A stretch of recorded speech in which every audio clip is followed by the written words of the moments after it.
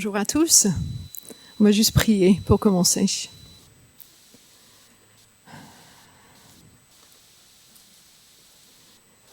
Seigneur Dieu, merci pour tout ce que tu as fait pour nous. Merci pour ces temps magnifiques où on peut chanter avec nos frères et sœurs. Chanter de ta victoire, Seigneur. Je prie que tu nous ouvres nos cœurs, que tu nous parles. Vraiment. Qu'on sort d'ici avec quelque chose, une petite graine ancrée dans notre cœur qu'on peut mettre en pratique pour la semaine prochaine, qui vient de toi, Seigneur. Je te prie tout ça pour ta gloire, au nom de Jésus. Amen. Alors aujourd'hui, on va étudier le dernier chapitre de Éphésiens. Donc Éphésiens 6 à partir du verset 10. Et mon espoir et ma prière, c'est que en sortant de l'église aujourd'hui, vous saurez mieux comment vous revêtir de toutes les armes de Dieu. Alors j'ai une première question pour vous.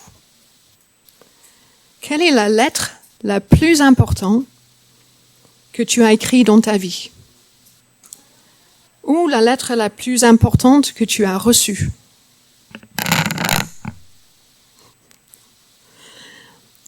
John a un petit livre, je vais vous montrer. Les lettres pour changer le monde. Dans les pages de ce livre, on va trouver des lettres des auteurs, des politiques, des activistes, sur les sujets comme la ségrégation, le droit de vote pour les femmes, l'esclavage, des lettres plus récentes sur le changement climatique et sur le terrorisme. Nelson Mandela a écrit une lettre de la prison pour consoler ses enfants que leur mère a également été emprisonnée. Et Martin Luther King rédige une lettre aux pasteurs blancs qui l'ont condamné pour avoir participé à une manifestation pacifique à Birmingham, Alabama, également écrit d'une prison. J'imagine la joie des enfants de Nelson Mandela quand ils ont reçu les nouvelles de leur père. Et j'imagine aussi la colère ou la culpabilité ressentie par les pasteurs à Birmingham. Paul aussi, il a écrit d'une prison. Il était à Rome, assigné à résidence avec un garde, et il adresse une lettre aux saints en Éphèse. Est-ce que vous pouvez imaginer la scène? Une lettre écrite par Paul est arrivée. Ils n'avaient pas des nouvelles depuis très très longtemps. J'imagine les gens qui couraient d'une maison à une autre pour chercher tout le monde pour annoncer qu'une lettre est arrivée. Il fallait se rassembler pour écouter. Donc tout le monde se rassemble. Et le leader de l'église commence à le lire. Et le silence retombe. Et il dit, Paul, apôtre de Jésus-Christ, par la volonté de Dieu, aux saints qui sont à Éphèse et aux fidèles en Jésus-Christ. Et il continue avec les louanges au Seigneur, les exhortations, les discours sur l'unité de Christ et son grand amour pour cette nouvelle famille de croyants ouverts aux païens.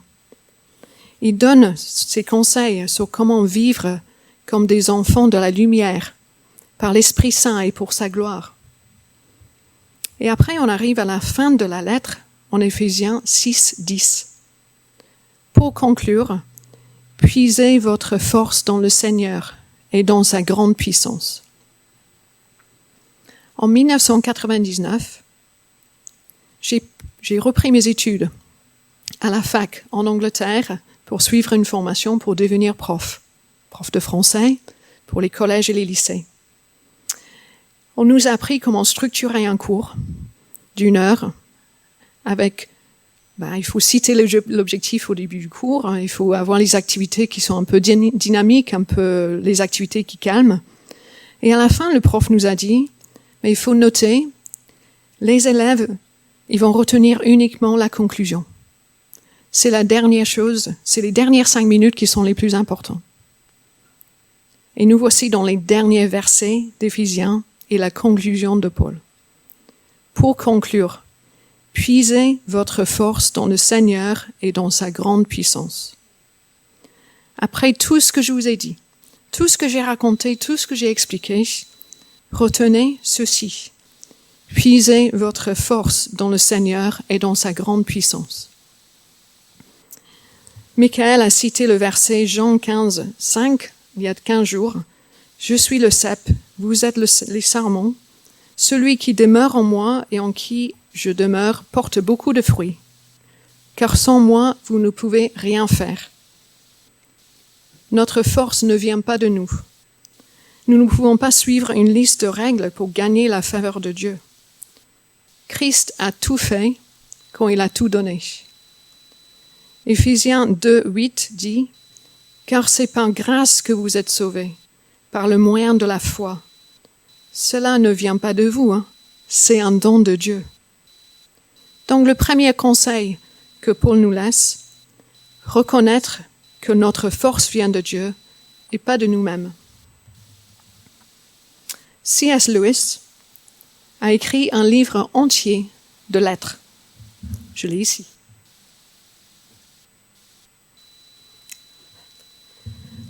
Le titre en français, c'est « Tactique du diable ». Mais en anglais, c'est « Les lettres de Screwtape ». Screwtape, c'est un démon, haut placé dans la bureaucratie de l'enfer, et qui écrit à son neveu, le tentateur novice. Dans ses lettres, Screwtape décrit les stratégies que son neveu peut utiliser pour empêcher quelqu'un à devenir chrétien, et pour détruire sa foi et entraîner au péché. Après tout, la stratégie de Satan est clairement identifiée dans la Bible, en Jean 10, 10, où on lit « Le voleur vient seulement pour voler, pour tuer, pour détruire ». On voit l'évidence de ce mal partout dans le monde aujourd'hui. Les guerres, les meurtres, l'exploitation. Lewis dit dans son introduction, il existe deux erreurs égales et opposées dans lesquelles notre humanité peut tomber au sujet des démons. La première est de ne pas croire en leur existence. La seconde est d'y croire et de leur porter un intérêt excessif et malsain. En faisant la recherche pour ce message, j'ai trouvé des sites où on expose l'idée que Satan n'est qu'un mythe, un nom qui représente le mal, mais qui n'est pas réel. Pourtant, Jésus même était tenté par le diable. Au début de son ministère, en Matthieu 4, on lit « Alors l'Esprit conduisait Jésus dans le désert pour qu'il soit tenté par le diable. Après avoir jeûné pendant 40 jours et 40 nuits, il eut faim. Le tentateur s'approchait et lui dit « Si tu es le Fils de Dieu, ordonne que ces pierres se changent en pain. » Le diable donc parle directement à Jésus. Et donc c'est pas une idée.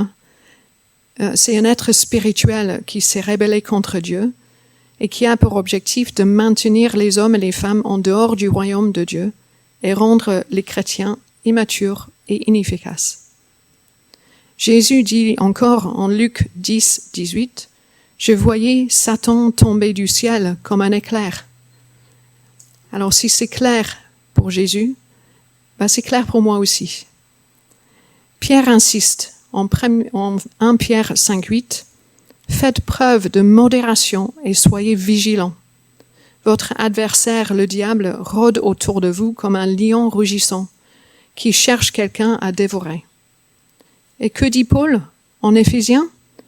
« Car nous n'avons pas à lutter contre la chair et le sang, mais contre les dominations, contre les autorités, contre les princes de ce monde de ténèbres, contre les esprits méchants dans les lieux célestes. » Donc, deuxième conseil de Paul, reconnaître que nous sommes dans un combat spirituel et que Satan est bien présent.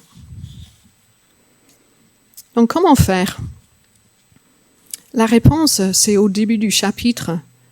Revêtez-vous de l'armure de Dieu afin de pouvoir tenir ferme contre toutes les ruses du diable. C'est très imagé, presque poétique. Mais concrètement, qu'est-ce que ça veut dire? Il y a 6 éléments de l'armure de Dieu, donc il y a 6 points. La vérité pour ceinture.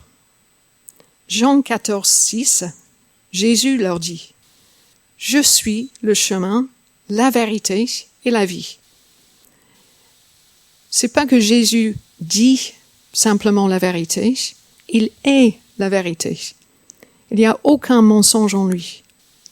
Et cette vérité est essentielle. La transparence, la clarté. Sans la vérité, nous risquons d'être comme les petits enfants ballottés comme les barques par les vagues et emportés çà et là par le vent de toutes sortes d'enseignements à la merci d'hommes habiles à entraîner les autres dans l'erreur. Ça vient d'Éphésiens 4. Rappelez-vous, Satan il vient pour voler, tuer, détruire. Détruire quoi? Nos familles, nos relations, notre espoir. Il nous rappelle constamment de nos erreurs, de nos mauvais choix, de notre passé. Mais nous pouvons tenir ferme avec nos pieds ancrés sur le rocher de la vérité. Si tu veux la victoire, il faut connaître la vérité, Jésus. Et il faut reconnaître qui tu es en lui. Jean 8, 32 dit, « Vous connaîtrez la vérité et la vérité fera de vous les hommes libres. »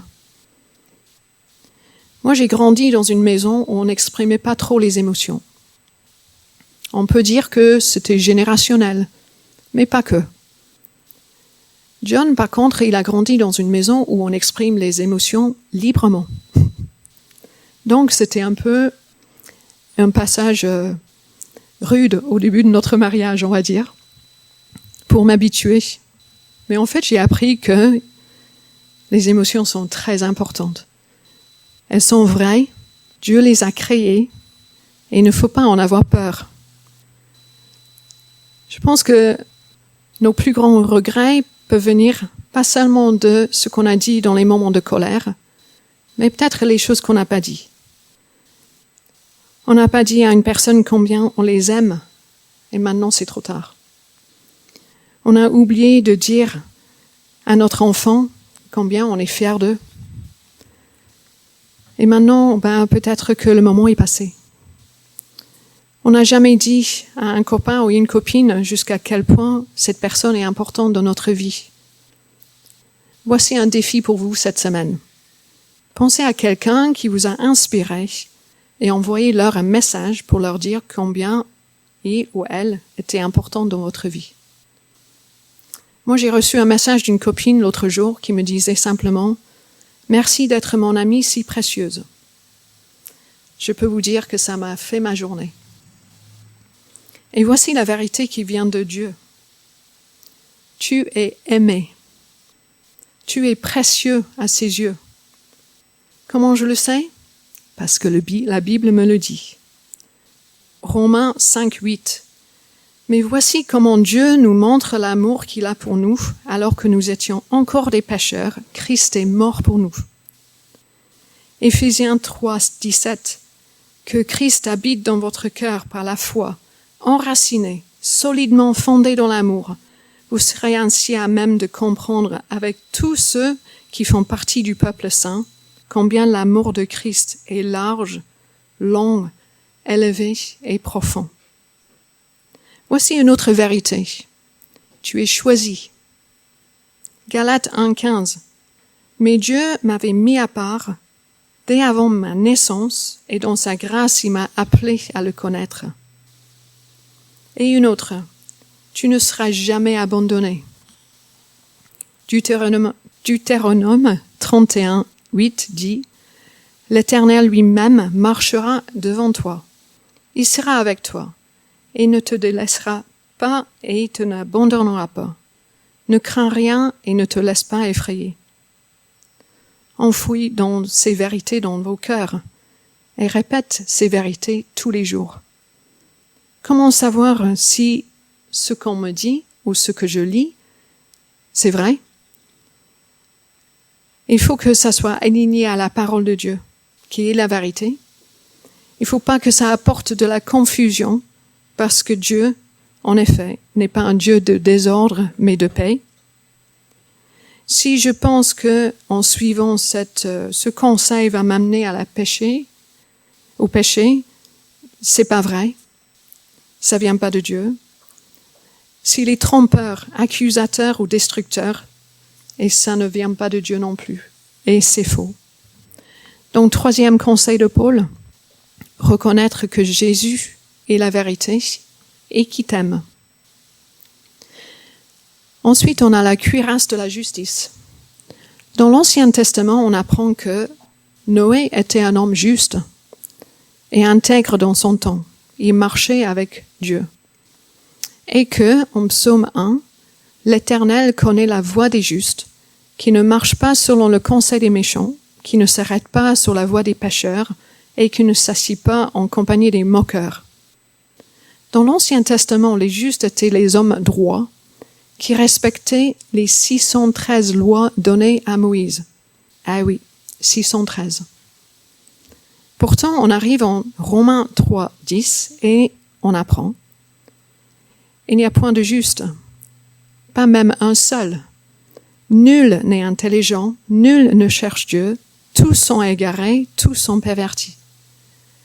Et en versets 20 et 21, car nul ne sera justifié devant lui par ses œuvres, les œuvres de la loi, puisque c'est par la loi qui vient la connaissance du péché.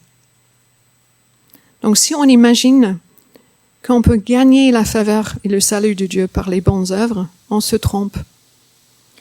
Ou même si on pense qu'on est davantage acceptable devant le Seigneur, si j'ai lu ma Bible ce matin, j'ai prié hier soir, j'étais gentil avec les voisins. Toutes ces choses sont bonnes, mais ceci ne nous rend pas plus justes devant le Dieu 3 fois saint. Ne pensons jamais que Christ n'a pas tout accompli à la croix et qu'il faut que j'ajoute quelque chose. En effet, Romains continue. Mais maintenant Dieu a manifesté sans faire intervenir la loi, la justice qui nous accorde et à laquelle les livres de la loi et des prophètes rendent témoignage. Dieu déclare les hommes justes par leur foi en Jésus-Christ. Et cela s'applique à tous ceux qui croient, car il n'y a pas de différence entre les hommes. Quelle nouvelle merveilleuse!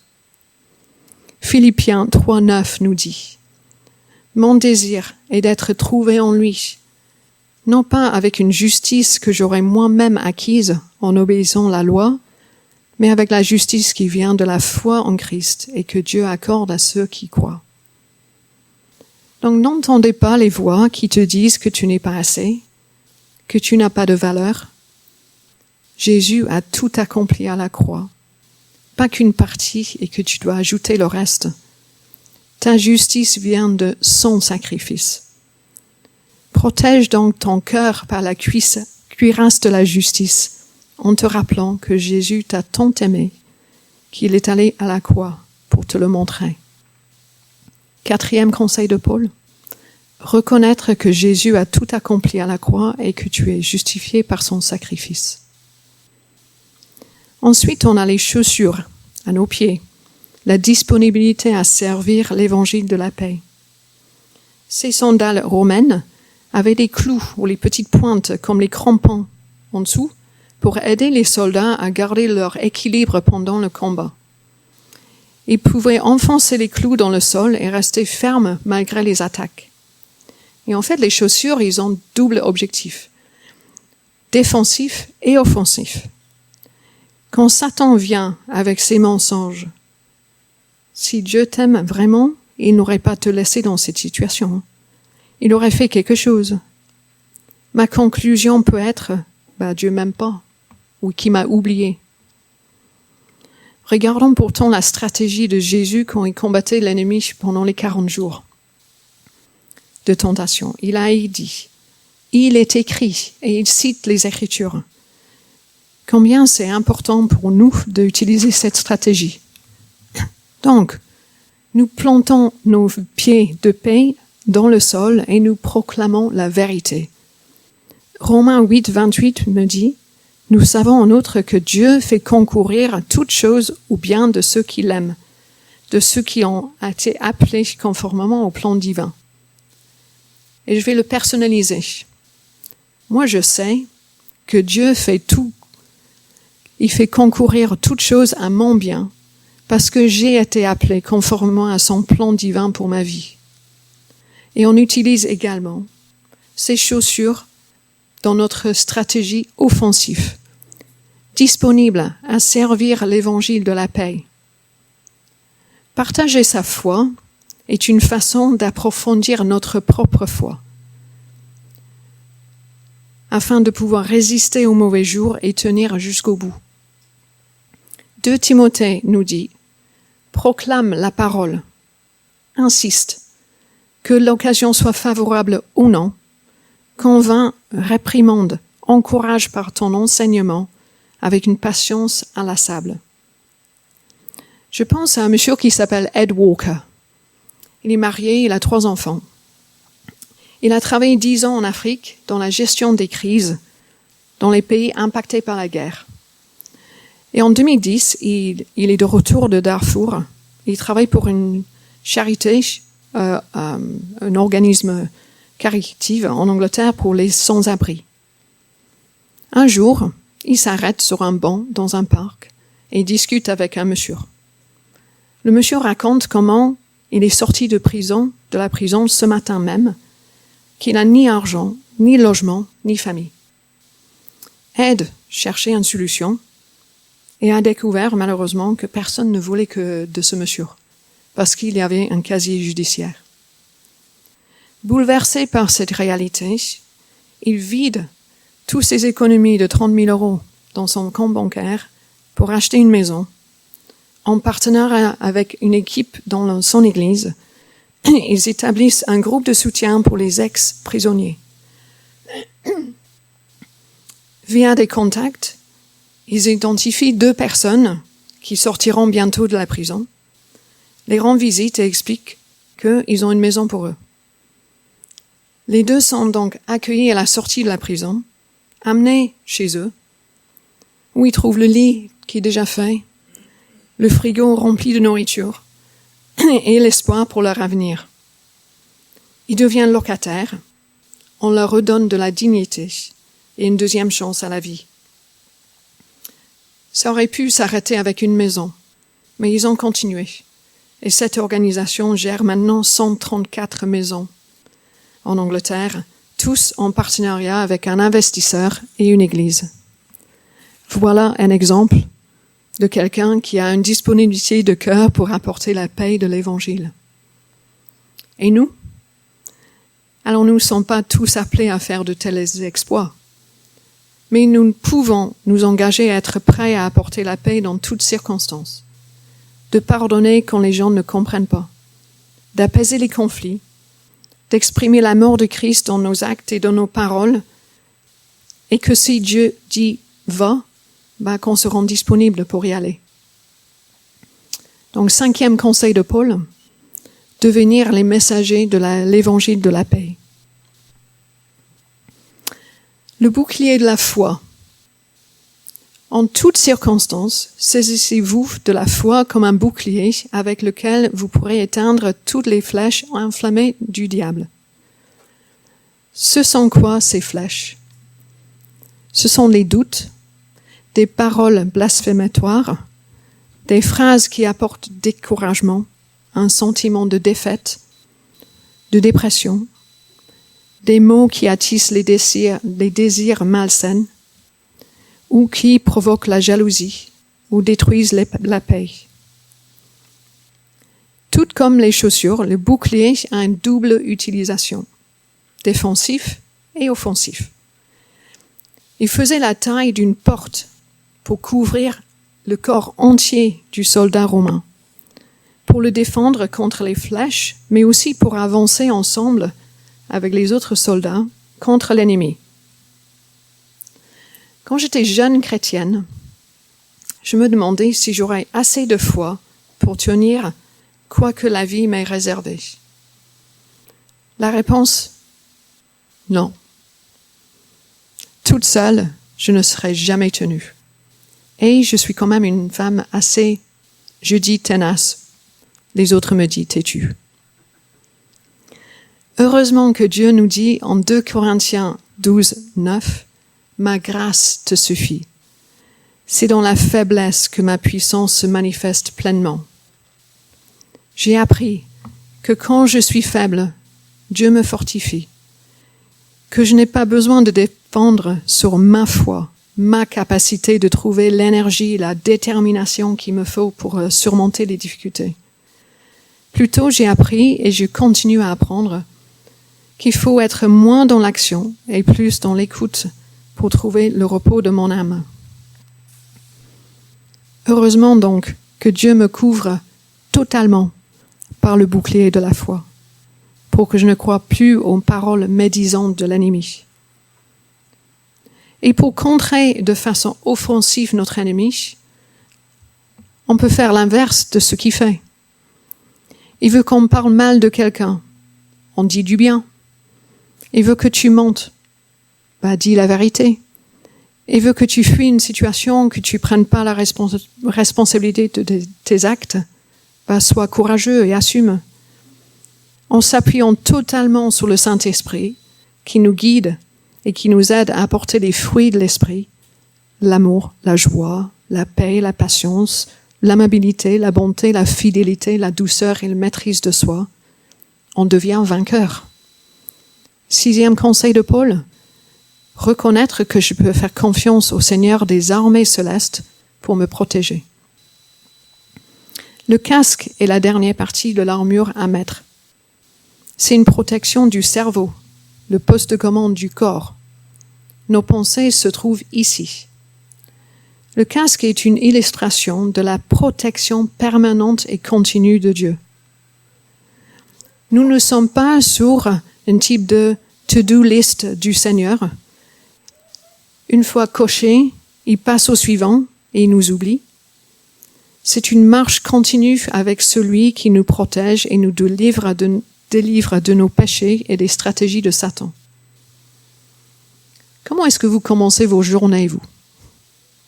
Est-ce que c'est un petit café tranquillement, les actualités sur le téléphone, le journal? Ou est-ce que c'est plutôt un jus de fruits et un bol de céréales rapide entre la préparation des enfants et la recherche des chaussures que tu es convaincu avoir laissées à côté de la porte hier soir? Penses-tu être revêtu avec l'armure de Dieu avant de franchir la porte? Ou est-ce que tu pars plutôt en t-shirt, short et tongs?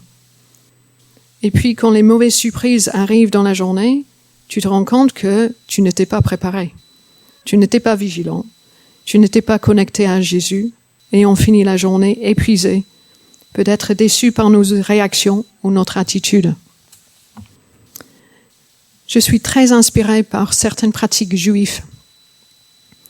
Avant de démarrer la journée, les Juifs pratiquants récitent une prière qui s'appelle le Modé Ani. La prière est « Je te remercie, Roi vivant et éternel, car tu as rendu en moi mon âme avec miséricorde, grande est ta confiance. » En tant que chrétien, je pense qu'on peut reformuler un petit peu. Dieu, merci pour cette nouvelle journée que tu me donnes. Une nouvelle opportunité pour te louer et pour chercher ta face. Jésus, merci que tu seras à mes côtés ce jour, que grâce à ton sacrifice et au Saint-Esprit qui vit en moi, je ne suis jamais seul. Grande est ta fidélité. Amen. Ne démarrez pas votre journée en étant désavantagé et sur le défensif. Mettez votre journée dans les mains de Dieu avant que vos pieds touchent même le sol. Renouvelez votre esprit chaque matin, comme on lit en Romains 12. Ne vous conformez pas au siècle présent, mais soyez transformés par le renouvellement de l'intelligence, afin que vous discerniez quelle est la volonté de Dieu, ce qui est bon, agréable et parfait. 7e conseil de Paul. Rappelez que la bataille est déjà gagnée, que Dieu est fidèle il nous protège et Christ est victorieux. L'épée de l'Esprit, qui est la parole de Dieu. En Hébreux 4:12, nous lisons « Car la parole de Dieu est vivante et efficace. Elle est plus tranchante que toute épée à double tranchant et pénétrant jusqu'à la division de l'âme ainsi que de l'esprit, et des jointures ainsi que de la moelle. Elle juge les dispositions et les pensées du cœur. » Cette épée à double tranchant était utilisée pour pénétrer au plus profond de l'ennemi.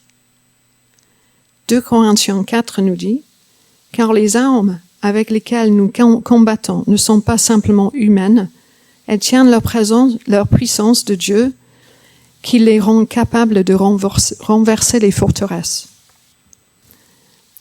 La parole est puissante pour démolir les forteresses établies par l'ennemi de nos âmes. Il est utile pour enseigner, réfuter, redresser. Elle est vivante. Comment s'approprier de cette arme pour pouvoir résister aux mauvais jours et tenir jusqu'au bout? Sincèrement, aujourd'hui, on est gâtés. En France, on a tellement de moyens pour accéder à la parole de Dieu. Nous avons des applications sur nos téléphones, des centaines de différents styles de Bible, jeunesse, pour les femmes, pour les hommes, lecture en un an. Il y a même sur YouTube les chants qui reprennent la Bible entière en chant. Pourquoi est-ce qu'on peut arriver du coup à la fin de la semaine et se dire « Mince, je n'ai rien vu, je n'ai rien lu cette semaine » et puis se culpabiliser. Comme tout vient de Dieu, il me semble judicieux de lui demander de nous donner soif pour sa parole. De nous montrer qu'en quittant la maison le matin, sans avoir l'épée de l'esprit dans notre main, nous expose à des dangers pour la journée. Vous êtes hyper pressé le matin? Mettez juste un court verset à côté de vos clés. Programmez des versets bibliques qui apparaissent sur votre téléphone pendant la journée. Écoutez la Bible dans la voiture. 30 minutes seulement pour écouter tout le livre de Éphésiens. Et même si votre esprit part ailleurs pendant que vous l'écoutiez, la puissance de la parole continue à œuvrer dans votre cœur. 8e conseil, rappelez-vous que la parole de Dieu est vivante et puissante pour démolir les forteresses. Paul n'a pas encore fini avec ses conseils stratégiques. Il conclut, en toutes circonstances, faites toutes sortes de prières et de requêtes sous la conduite de l'Esprit. Faites-le avec vigilance et constance et intercédez pour tous les membres du peuple saint. Satan est réel. La bataille nous entoure, mais Dieu est sur le trône et est déjà victorieux. Et si on prie, on parle tout simplement à Dieu. L'opposé déjà de ce que l'ennemi veut. Toute la journée, du matin au soir, on invite Dieu dans nos vies, en relation avec nous. Et Dieu va nous rappeler de notre justice, qu'on a été rachetés par le sang de Jésus.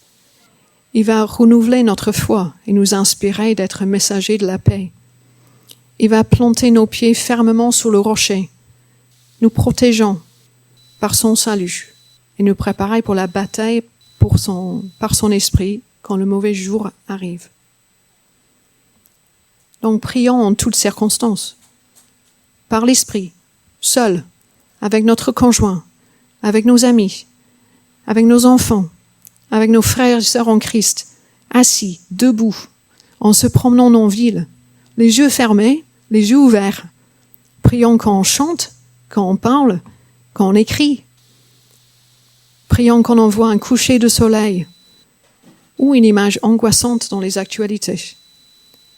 Prions que la vérité envahisse notre monde, que la justice soit célébrée et non moquée. Prie que l'armée des saints fortifie la foi et pour que le salut coule comme les rivières dans nos rues. Comme la conclusion de ce message est probablement la seule partie que vous allez retenir, je résume. Dieu connaît les stratégies de Satan. Satan est le père des mensonges, mais Jésus est la vérité. Satan est auteur d'injustice, mais Jésus est justice. Satan est semeur de doute, mais Jésus fortifie notre foi. Satan est initiateur de conflits, mais Jésus est la paix. Satan est le chemin vers la destruction, mais Jésus est le chemin qui amène à la vie. Revêtez-vous donc de chaque partie de l'armure. Reconnaître que notre force vient de Dieu, pas de nous-mêmes. Nous sommes dans un combat spirituel et que Satan y est présent. Que Jésus soit la vérité et que tu es aimé. Que Jésus a tout accompli à la croix et que tu es justifié par son sacrifice. Qu'on est appelé à être les messagers de la paix. Que je peux faire confiance au Seigneur des armées célestes pour me protéger. Que la bataille est déjà gagnée. Dieu est fidèle, nous protège et Christ est victorieux. Et que la parole de Dieu est vivante et puissante pour démolir les forteresses. Prions.